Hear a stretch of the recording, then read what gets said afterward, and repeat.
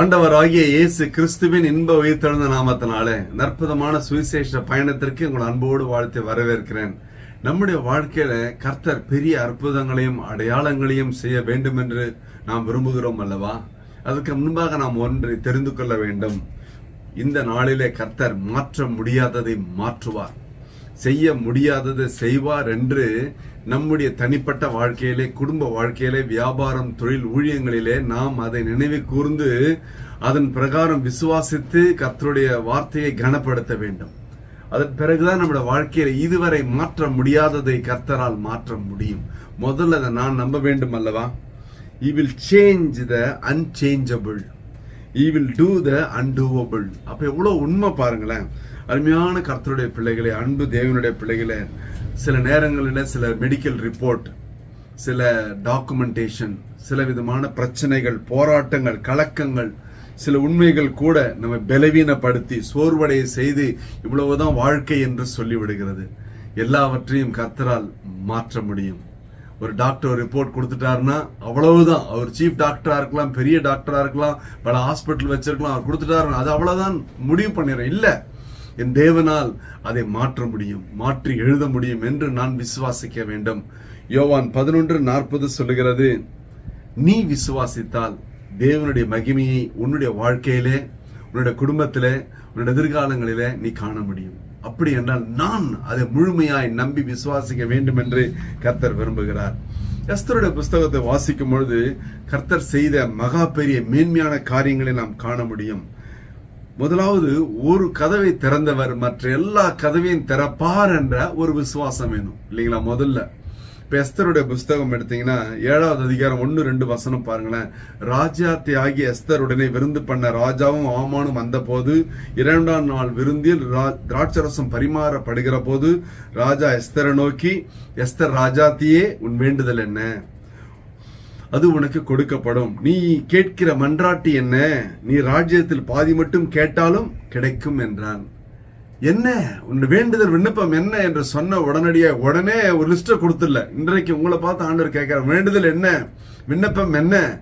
நம்ம சொல்லுவதற்கு சரியா சொல்லணும், ஒழுங்கா சொல்லணும், ஒழுக்கமா சொல்லணும், அழகா சொல்லணும், ஞானமா சொல்லணும். பதறி போய் சொல்லக்கூடாது. எஸ்தர் பலவிதமான குணாதிசயங்கள் உடையவள், அழகு நிறைந்தவள், அன்பு நிறைந்தவள், எல்லாவற்றுக்கும் மேல தைரியசல். ஆனால் அவள் ஞானம் உள்ளவள்.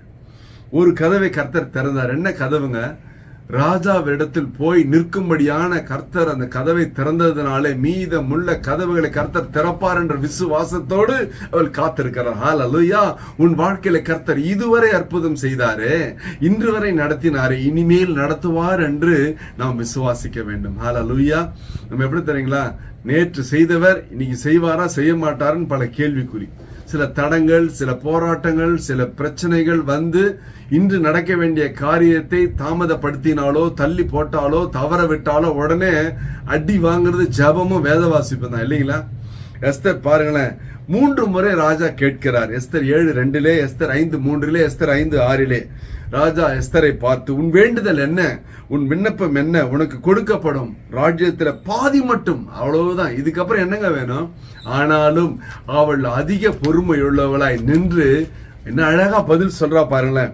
எஸ்தர் நமக்கு கற்றுக் கொடுக்கிற பாரம் அதுதாங்க. எஸ்தருக்கு நன்றாய் தெரியும், கர்த்தர் எனக்கு ஒரு கதவை திறந்தார். ஹல்லேலூயா! மீதமுள்ள கதவுகளை திறப்பார் என்று விசுவாசித்துக் கொண்டிருக்கிறார். ராஜா என்னை சாகடிக்காம, என்னை வெறுக்காம, ஒதுக்காம என்னை அழைத்தாரே, அதுவே பெரிய கிருபை என்று காத்து கொண்டிருந்தாள். ஹல்லேலூயா! அப்பேற்பட்ட அந்த பொறுமை தாங்க நம்ம வாழ்க்கையில பெரிய காரியம் செய்ய முடியும். முதல் கதவை திறந்தவர் கண்டிப்பாக மீதமுள்ள கதவுகளை திறப்பார். 11 மாதம் நடத்தினாரே, 12வது மாதம் நடத்த மாட்டாரா? 2023 வரை நடத்தினாரே, 24 நடத்த மாட்டாரா? ஹல்லேலூயா! இன்று வரை நடத்தினாரே, மனைவியை கொடுத்தாரே, பிள்ளைகளை கொடுத்தாரே, குடும்பத்தை கொடுத்தாரே, வேலை தொழிலை கொடுத்தாரே, நல்ல ஊழியத்தை கொடுத்தாரே, சுகம்பலன் ஜீவனை கொடுத்தாரே. இதற்கு நன்றி சொல்லி நன்றி சொல்லி நன்றி சொல்லியே கர்த்தரை மகிமைப்படுத்தி கனப்படுத்த வேண்டுமே தவிர குறை சொல்லி கரைப்படுத்தி வாழ நாம் அழைக்கப்படவில்லை. அற்புதமான ஆசீர்வாத திருநாளில் நீ விசுவாசித்தால் தேவனுடைய மகிமையை காண முடியும் என்ற ஆணித்தரமான அடி ஆதாரமான வாக்குத்தத்தம் உள்ள விசுவாச வார்த்தையை நம்பி நாம் அடியெடுத்து வைக்கும் பொழுது நீ விசுவாசித்த காரியம் கைகூடி வர செய்வார். ஹல்லேலூயா. நிச்சயமாகவே முடிவு உண்டு. உன் நம்பிக்கை வீண் போகாது. ஒரு விசை கண்களை மூடுவோம். ஹல்லேலூயா, ஹல்லேலூயா, ஹல்லேலூயா.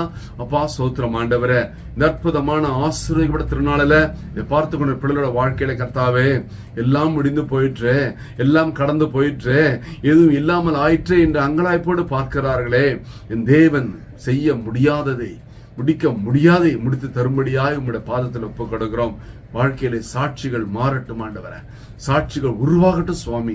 இயேசு கிறிஸ்துவின் உயிர்த்தெழுந்த வல்லமையான நாமத்தினால என் தேவனது செய்யும்படியா திருப்பாதங்களிலே தாழ்மையாய் தாழ்த்தி ஒப்பு கொடுத்து ஜெபித்து ஜெயம் எடுக்கிறோம் ஜீவனுள்ள நல்ல பிதாவே.